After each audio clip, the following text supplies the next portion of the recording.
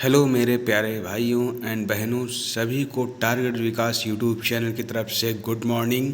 सभी के लिए एक बहुत ही बड़ी खुशी की खबर है कि हमारे यूट्यूब चैनल पे आज से आपके लिए एक स्पेशल मॉक टेस्ट कराए जाएंगे जो आपके एग्ज़ाम्स के लिए बहुत ही हेल्पफुल साबित होंगे। यहाँ पे दोस्तों हम आपके लिए बात करने वाले हैं सिर्फ और सिर्फ EMRS एग्ज़ाम 2023 हॉस्टन वार्डन की। यहाँ पे हम हॉस्टन वार्डन के लिए स्पेशल मॉक टेस्ट कराएंगे जो आपके एग्ज़ाम्स के लिए बहुत ही ज़्यादा हेल्पफुल साबित होंगे। तो दोस्तों हम अन्य और टॉपिक्स के बात करेंगे जो आपके हॉस्टन वार्डन एग्ज़ाम के लिए बहुत ही महत्वपूर्ण हैं। आइए हम कुछ संबंधित उनसे बात करें।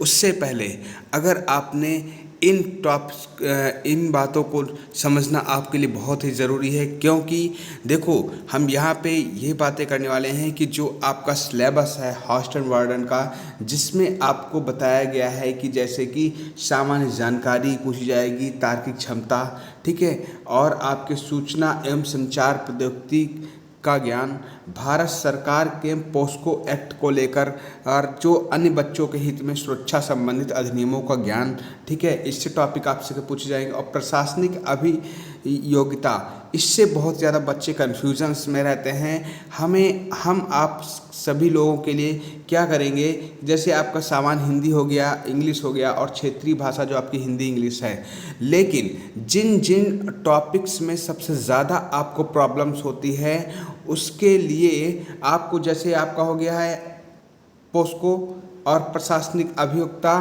ठीक है, और इंग्लिश से रिलेटेड और आपके जो आपके ICT है यानी कि कंप्यूटर, इन सब्जेक्ट्स में आप लोगों को सबसे ज़्यादा प्रॉब्लम्स हो रही है। इनके लिए हम क्या करने वाले हैं आपको भी बताएंगे। अब मैं आपके लिए मॉक टेस्ट स्टार्ट करने जा रहा हूँ। यहाँ पे मॉक टेस्ट के क्वेश्चन सॉल्व करिए, फिर आपको हम यहाँ पे बताएंगे कि आपको इन सब की तैयारी कैसे करेंगे और कहाँ से आप अपनी तैयारी एक अच्छे मार्क के साथ जो आप अपना एग्ज़ाम देने जाएंगे वहाँ पे अटेम्प्ट कर पाएंगे। तो दोस्तों पहले हम कुछ क्वेश्चंस कर लेते हैं, क्योंकि मॉक टेस्ट आपने लिखा हुआ देखा है। तो सबसे पहले हम आपके लिए वो क्वेश्चंस लेके आए जो आपने कहीं ना कहीं देखा है, पढ़ा है, सुना है, लेकिन हमें आंसर देने में प्रॉब्लम्स होती है। जब एग्ज़ाम्स के सामने क्वेश्चंस आता है तो हमारा क्वेश्चन गलत हो जाता है, ठीक है। तो हम उसी टाइप के क्वेश्चंस करने वाले हैं। तो आज हम जनरल अवेयरनेस की प्रैक्टिस सेट करेंगे, मॉक टेस्ट लगाएंगे कि आपका भारत के निम्नलिखित राष्ट्रपतियों में से कौन योजना आयोग के उपाध्यक्ष भी थे। तो योजना आयोग के उपाध्यक्ष भी थे, ऑप्शन के अकॉर्डिंग पहले बताना है कि योजना आयोग के उपाध्यक्ष कौन थे। तो ऑप्शन यहाँ पे दोस्तों आपका प्रणब मुखर्जी सही हो जाएगा, ऑप्शन डी। लेकिन आपको ध्यान रखना है कि भारत के पूर्व राष्ट्रपति प्रणब मुखर्जी क्या है, 24 जून 1991, कब, 24 जून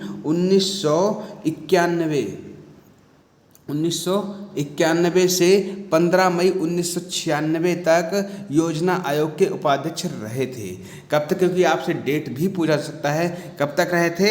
हाँ, 24 जून 1991 से 15 मई 1996 तक योजना आयोग के उपाध्यक्ष रहे थे। साथ में ये भी पॉइंट्स हम क्लियर कर चलेंगे कि कौन किस डेट में क्या किस पद पे रहा था, ठीक है, क्योंकि कभी कभी क्वेश्चंस आपके लिए यहाँ पे उपाध्यक्ष के बारे में पूछ लिया गया और कभी डेट्स भी पूछ ली जाती है, तो हमें क्वेश्चंस को क्लियर करते हुए चलना है, ठीक है। सेकंड नंबर क्वेश्चंस की बात करेंगे। स्वतंत्रता के अधिकारों में सबसे प्रमुख अधिकार है, स्वतंत्रता के अधिकारों में सबसे प्रमुख अधिकार क्या है, यह आपको बताना है। तो सबसे प्रमुख अधिकार जो आपका रहता है right of life and personal liberty, यानी कि ऑप्शन नंबर बी, जीवन और व्यक्तिगत स्वतंत्रता का अधिकार।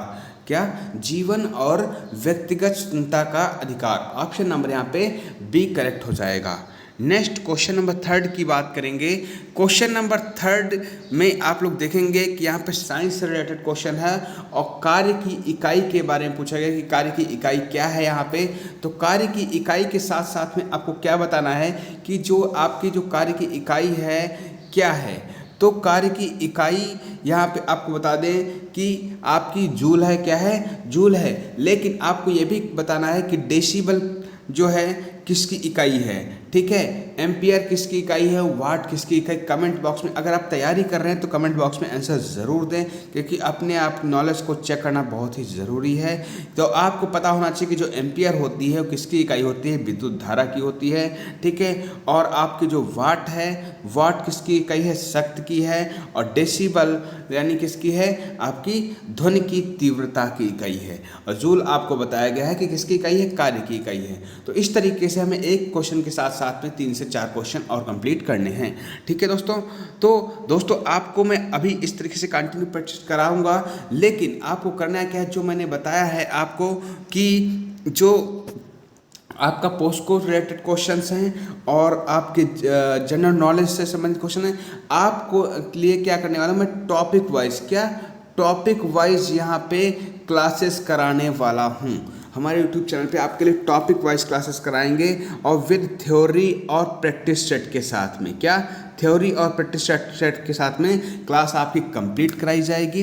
तो इसके लिए आपको करना क्या होगा दोस्तों, तो आप कैसे इन क्लासेस को प्रोवाइड कर पाएंगे, नीचे डिस्क्रिप्शन में लिंक दिया गया टेलीग्राम ग्रुप का, आप उसको ज्वाइन करिए। वहाँ से कोई भी क्लास अपलोड होगी आपको आसानी से उसकी PDF क्लास मिल जाएगा। और चैनल को उससे पहले सब्सक्राइब करें, क्योंकि जिससे कि कोई वीडियो अपलोड होता है, अगर चैनल आपने सब्सक्राइब कर लिया है तो आपको आसानी से वीडियो मिल जाती है, ठीक है दोस्तों। चलिए क्वेश्चन नंबर 5 की बात करते हैं। क्वेश्चन 5 में देखेंगे कि ग्लाजी काय में परिपक्व भाग होता है। तो परिपक्व भाग क्या होता है, तो सबसे बहुत सिंपल क्वेश्चन है और कई बार एग्जाम से पूछा गया कि ग्लाजी काय में परिपक्व भाग आपका उत्तल होता है, क्या होता है, उत्तल। ऑप्शन नंबर ए करेक्ट हो जाएगा, क्या ऑप्शन नंबर ए करेक्ट हो जाएगा। नेक्स्ट क्वेश्चन नंबर 6 की बात कर ले, यहाँ पे देखेंगे आप लोग कि भूदृश्य पर जल, पवन एवं हिम जैसे विभिन्न घटकों के द्वारा होने वाले क्षय को कहते हैं। तो होने वाले इस क्षय को क्या कहते हैं, तो दोस्तों इस क्षय को हम क्या कहते हैं, अपर्दन कहते हैं, क्या अपर्दन, ठीक। ऑप्शन नंबर बी करेक्ट हो जाएगा। नेक्स्ट क्वेश्चन नंबर हम 7 की बात कर लेंगे। क्वेश्चन नंबर 7 देखेंगे आप लोग, क्या कह रहा है कि निम्नलिखित में से कौन सी विधि राष्ट्रीय आय आकलन की विधि में से नहीं है। वेरी इंपॉर्टेंट क्वेश्चन है कि कौन सी विधि राष्ट्रीय आय आकलन की विधि में से नहीं है। तो दोस्तों आपको पता होना चाहिए कि राष्ट्रीय आय आकलन की विधि में से कौन सी विधि नहीं है, तो ये आपकी ऑप्शन नंबर डी बैंकिंग विधि, कौन सी, बैंकिंग विधि नहीं है। ऑप्शन नंबर यहाँ पे डी करेक्ट हो जाएगा इसका right answer. Next question number 8 की बात करेंगे कि भारत में वायुदूत एयरलाइन की स्थापना कब हुई थी। वेरी इंपॉर्टेंट क्वेश्चन है दोस्तों कि भारत में वायुदूत एयरलाइन की स्थापना कब हुई थी। तो दोस्तों इसका राइट आंसर आपको बता दूं कि जब भारत में वायुदूत एयरलाइन की स्थापना हुई थी, ये दोस्तों आपकी 20 जनवरी, कब, 20 जनवरी 1981 ईस्वी में, कब हुई थी, 20 जनवरी 1981 ईस्वी को इसकी स्थापना हुई थी। इसके अकॉर्डिंग यानी कि option number A correct answer हो जाएगा। नेक्स्ट क्वेश्चन नंबर 9 की बात कर लेंगे।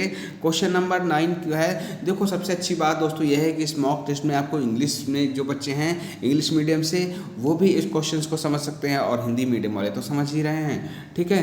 तो इंग्लिश मीडियम वाले बच्चों को देख के क्या है कि पंजाब में निम्नलिखित में से कौन सा त्यौहार खालसा पंथ के गठन के उपलक्ष्य में मनाया जाता है। तो पंजाब में निम्नलिखित में से कौन सा त्यौहार खालसा पंथ के गठन के उपलक्ष्य में मनाया जाता है। तो दोस्तों जो आपको पता होना चाहिए, कई बार ये क्वेश्चन एग्जाम में रिपीट हुआ है, तो कौन सा त्यौहार, बैसाखी। ऑप्शन नंबर डी सही हो जाएगा। अब बताना है कि बैसाखी जो त्यौहार है अधिकतर किस मंथ में मनाया जाता है। तो आपको पता होना चाहिए, रट लीजिए कि अधिकतर अप्रैल मंथ के 13 या 14 तारीख को मनाया जाता है। कब, अप्रैल मंथ के 13 या 14 तारीख को मनाया जाता है, ठीक है। हाँ दोस्तों नेक्स्ट क्वेश्चन नंबर 10 की बात करेंगे कि अंतर्राष्ट्रीय अहिंसा दिवस कब मनाया जाता है।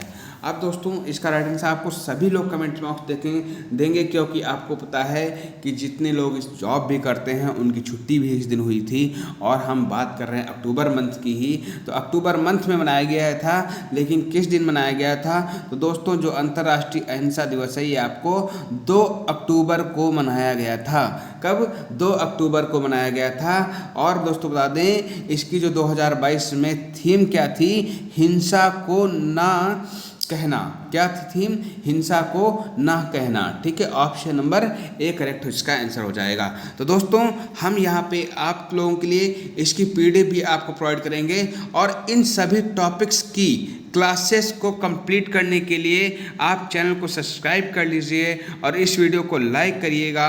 अगर कोई क्वेश्चंस मन में बन रहा है तो आप क्वेश्चन कमेंट बॉक्स में करिए, हम कोशिश करेंगे कि पूरा आपका जवाब कमेंट्स का दिया जाए। ठीक है, तो धन्यवाद दोस्तों, नमस्कार, थैंक्स फॉर वॉचिंग वीडियो।